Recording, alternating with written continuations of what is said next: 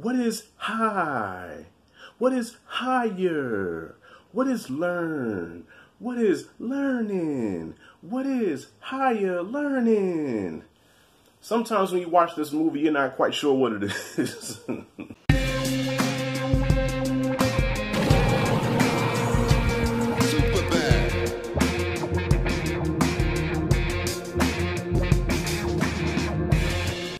Alright, y'all, welcome back to another episode of Tit for Tat with my boy Anthony A. Perez. We pick out movies for each other that we normally would not watch. So today, I got my man watching Higher Learning, the third film from the late John Singleton, rest in peace, starring Omar Epps, Ice Cube, Michael Rappaport, Regina King, Busta Rhymes, and Lawrence Fishburne, who talks with an accent that I'm not sure if it's Jamaican, Haitian, French, Creole. It might be a combination of all of them shits. Before I get into the review, I want to send you to Anthony A. Perez. I'm not going to send you there yet, goddammit, watch the video. But I'm going to leave the link in the description, so check him out, Anthony A. Perez. He reviews movies like myself. And what I like about it, Anthony Perez, is that he dissects the film down to the smallest minuscule atom, if that's even a phrase, and he really breaks that shit down to the nitty-gritty, man. And I like that about him. He really gets into the film, man. It really gets in there and dissects that shit like a fucking frog. So I appreciate his views on movies. I always look forward to watching his reviews, so check him out, Anthony A. Perez. I'm going to get to his portion of the video in a second, but right now, let's get into this Higher Learning. This dropped back in '94, so this is the third film of John Singleton. He did Boys in the Hood and Poetic Justice. So this was a detour for him because usually he does films about the hood, but this time he takes his expertise and puts it into a college campus.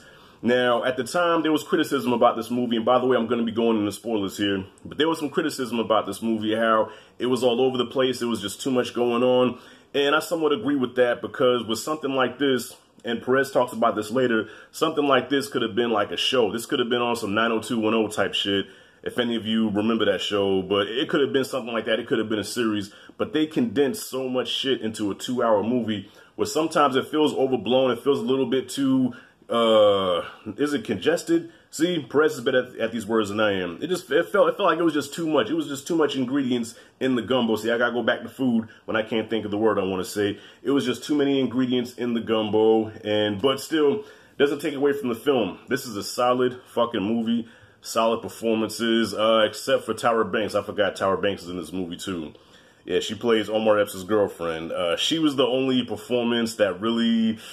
it was not that good, but everybody else did good. Christy Swanson is in this, you know, Buffy the Vampire Slayer, and it goes into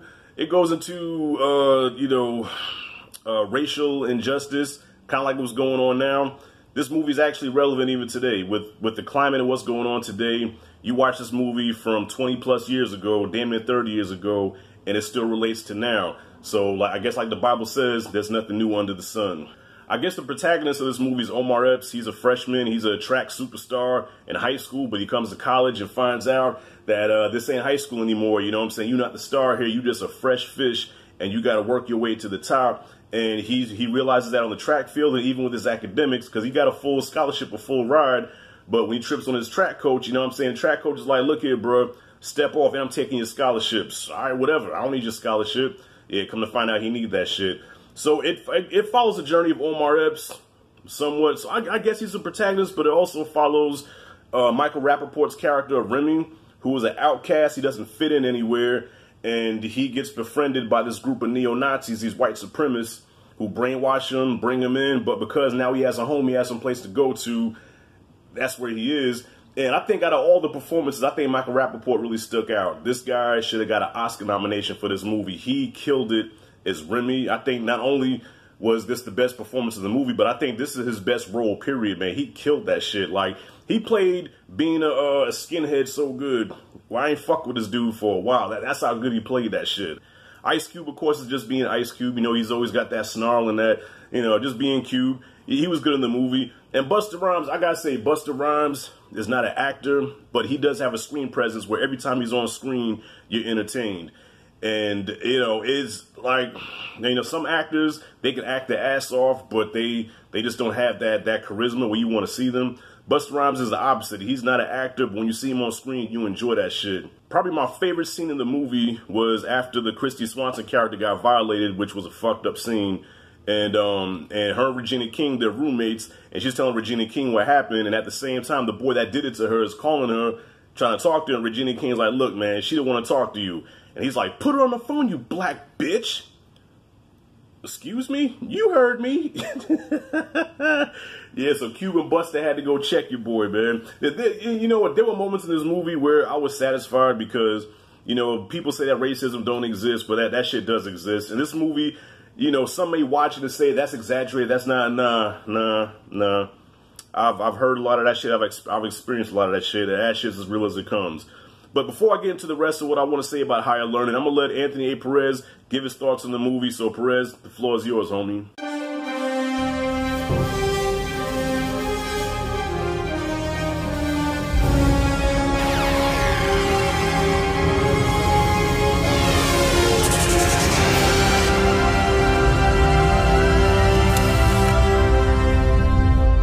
What's going on, Rashad and all his viewers? Once again, my friend, thank you so much for having me here in a video to talk about higher learning. I'll go ahead and start this off right now, dude. I think this is probably my favorite of the films that you've put me onto. I had no idea what this movie was about. I looked nothing into it. I only saw the poster that you sent me, and the poster is pretty vague as to what the movie is really about. And if there was any slogans on the poster or anything like that, I didn't read any of it. I just saw that Omar Epps was in it. I just recognized him on the poster. I didn't really look any deeper than that because I wanted to go in just completely blind. I find that that's when I'm having the most fun with these films. And some of the films that you've gave me so far, I at least knew something about them or had heard about them or had seen some more imagery about them, where in this case I had no idea. So when the movie started and it was a movie about people at college, I didn't expect that. The movie starts with some parties and you're being introduced to all these characters. And yeah, I think this was the most compelling of the movies that you've given me. Now, maybe not the best movie on an overall level. There are some negatives I have about it, but I found it to be incredibly entertaining. I was engaged. I was interested in what was happening. And by the end of the movie, the only thing I kind of felt was that I wanted a little bit more. Like I mentioned, this film stars Omar Epps. You have other people in here like Christy Swanson, Jennifer Connelly, Ice Cube, Busta Rhymes, Tyra Banks, and so many others. Michael Rappaport is another huge part of this movie. And right out of the gate, I was really surprised by the cast. I had no idea these people were in this movie. Lawrence Fishburne's in this movie doing a very strange accent that I really couldn't tell if it was consistent at times.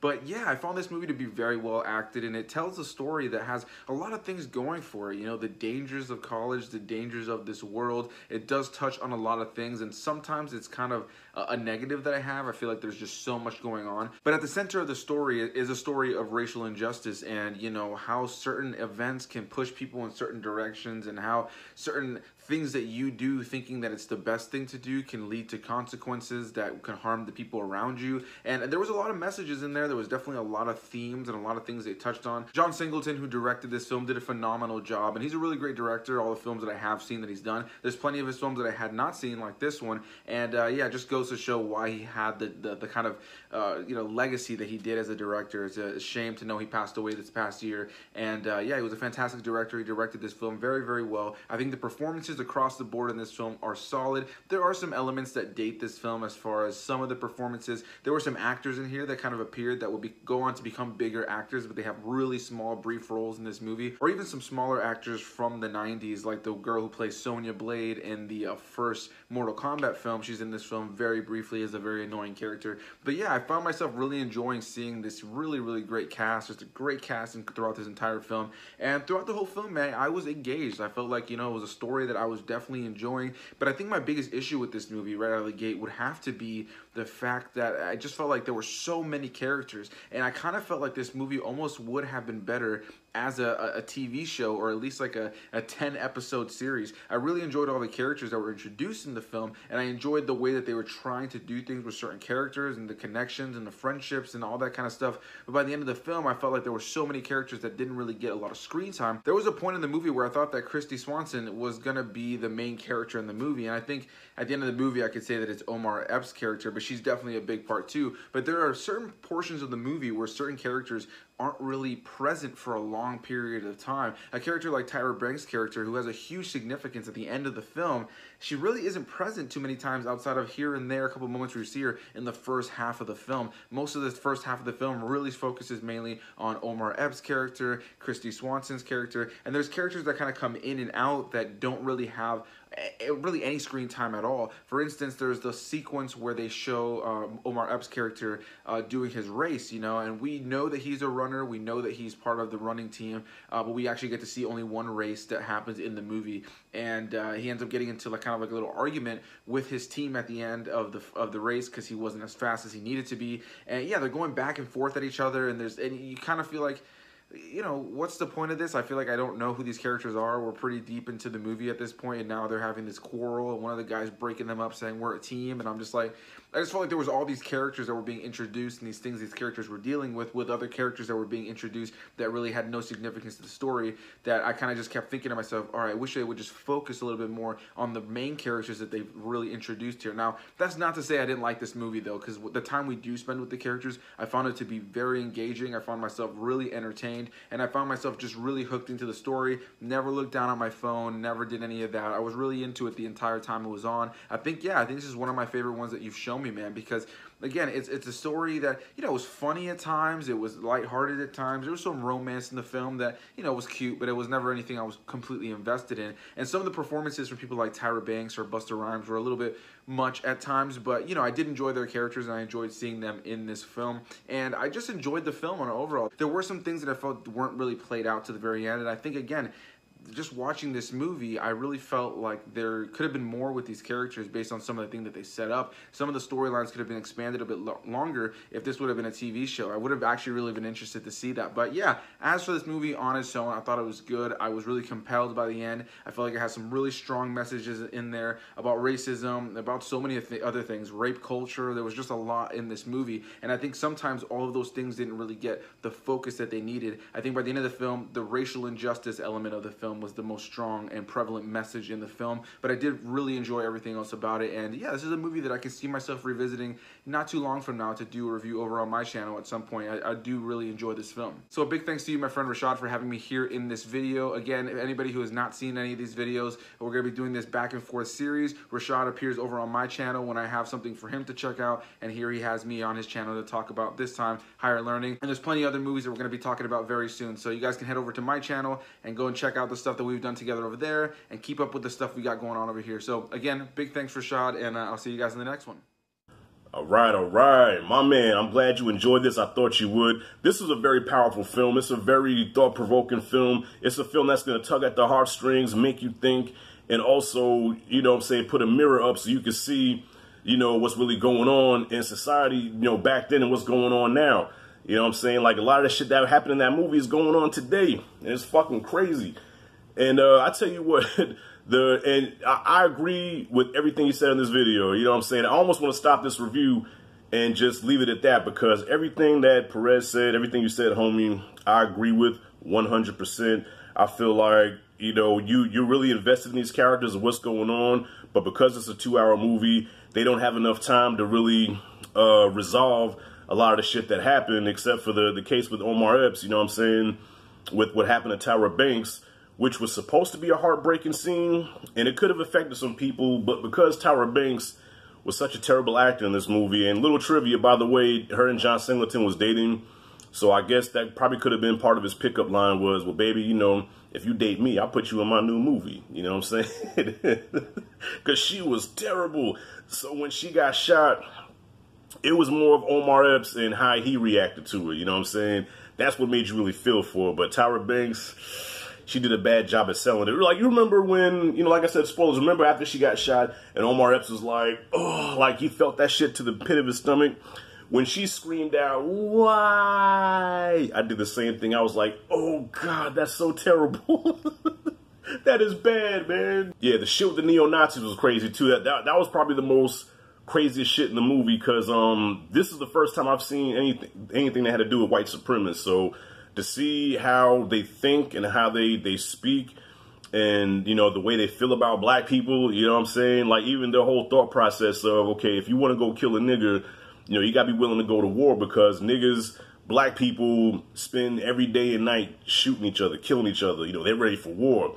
And that's how a lot of those motherfuckers see us, man. But little do they know, most of us ain't like that. Hell, I only shot a gun 3 times in my life. I ain't no gangster, I ain't no killer. But, you know, they stereotype us like that. You know, we're all dangerous, we're all whatever, we're like the worst thing in this country, you know what I'm saying? And, yeah, a lot of them think like that now. They just don't wear the swastika, but a lot of them still think like that. Make America great again. So yeah, Lawrence Fishburne plays a professor here with a weird accent. Like Perez said, I can't make out what the hell that accent is. But he served his purpose. I thought he did a good job. Like, nothing special. I'm like, yeah, Lawrence Fishburne stole this movie. Like, nah, like, the clear standout, the person that stole this movie was Michael Rappaport. I'm sorry. I should say Omar Epps, but Omar Epps, like, he's Omar Epps. You know what I'm saying? Back then, he played the same character in every movie. It's just in a different movie. Like, you know, the character he played here is similar to the character he played in Juice, similar to the character he played in The Program, similar to the character that he played in The Wood. You know, he's always smooth talking and, you know, just real, you know what I mean? But it wasn't bad, though. It wasn't bad, but it was just Omar Epps. And another trivia for you is that Pac was supposed to have that role. Yeah, Pac was supposed to be in Higher Learning, playing the Omar Epps character. Now, I heard two different stories. Now, the one story I heard was that he had went to jail, and that's why he couldn't do it. Then another story was that the studio didn't want him. But I think that's the true story, because I think Singleton said it himself. He wanted Pac to play that, but the studio said, nah, he's too much trouble. He's got all this shit going on, you know, with the rape allegation, and nah, Pac can't be in this movie. And because of that, him and Singleton fell out until, you know, up until his death, you know what I'm saying? So I don't think they ever reconciled after that. But yeah, him and Pac fell out, and he was also supposed to be Jody and Baby Boy, and of course that didn't work out either. But yeah, it would have been interesting to see Tupac playing that role. So you'd had a movie with Pac, Cube, and Busta Rhymes. Damn, that would have been crazy. Just imagine. This movie aged very well. You know, a lot of movies from the 80s and 90s really don't age, but because of what this movie was about, and aside from a couple of outdated elements, this movie still holds up to this day. And the soundtrack was fire too. You know, Raphael Sadiq had that one track on it that was fire. So I got nothing but love for this, man. John Singleton did his thing in this. I've never seen a John Singleton movie that I did not like. So yeah, Higher Learning gets an A in my book. And Perez, thank you for joining me on this video here, and can't wait for the next one. I think you got me watching Hacksaw Ridge, I think it's called. Yeah, so that's next on the list. So like I said, subscribe to my man Anthony A. Perez. Link is in the description. God damn it, check him out. And yeah, he had to watch. Damn, what did I have you watch? Oh, you got Crush Groove next. Yeah, I'm looking forward to what you think about that one. So anyways, y'all, if you like it, did the content, hit that like and subscribe, notification bell in the corner. This is Rashad G signing out. See you in the next video.